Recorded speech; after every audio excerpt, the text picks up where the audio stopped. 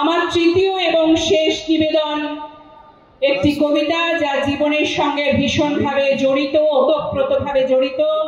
কবিতাটির নাম ছাড়তে জানতে হয়।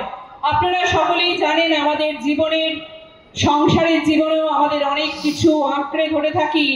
আমরা মনে হয় ছেড়ে বেরিয়ে আসতে পারলে মনে হয় অন্যদের সুবিধে হবে। অনেক বয়স্ক মানুষরা নতুন যারা এসেছেন সংসারে তাদেরকে ছাড়তে চান না নিজের জায়গাটা, তাই ছাড়তে জানতে হয়। ছাড়তে জানতে হয়।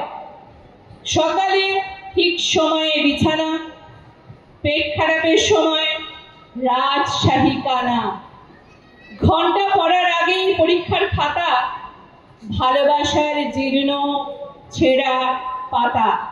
ছাড়তে জানতে হয়।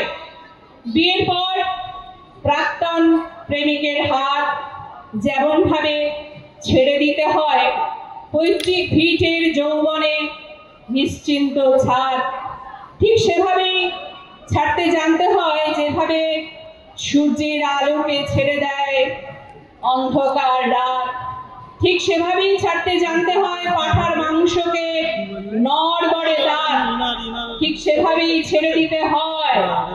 পদ আর সম্পদের লোভ করবে যত, পিছলে যাবে বারবার মুঠোয় ধরা বালির মতো। তাই ছাড়তে জানতে হয় কাকা।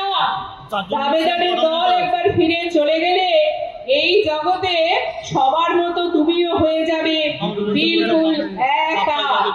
তাই ছাড়তে জানতে হয় ষড়রিপু, কাম, ক্রোধ, লোভ, মোহ, মদ ও মাৎসর্য।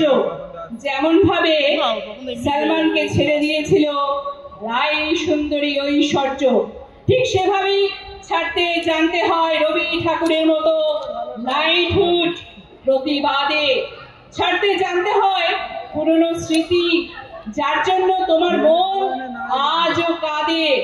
আকাশে পেটকাঠি চাঁদিয়াল ছাড়তে জানতে হয়, তার জন্য ছাড়তে জানতে হয় সুতো।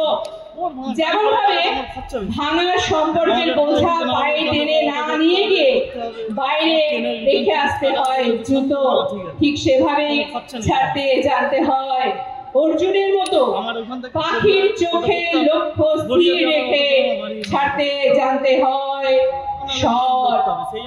বেটা চক্রব্যূহে যুঝতে গেলে তুমি ছোড়না পড়েগা ডর, ঠিক সেভাবেই ছাড়তে জানতে হয় অফ স্ট্যাম্পের বাইরে বিষাক্ত বল, ঠিক সেভাবেই ছাড়তে জানতে হয় সবকিছু।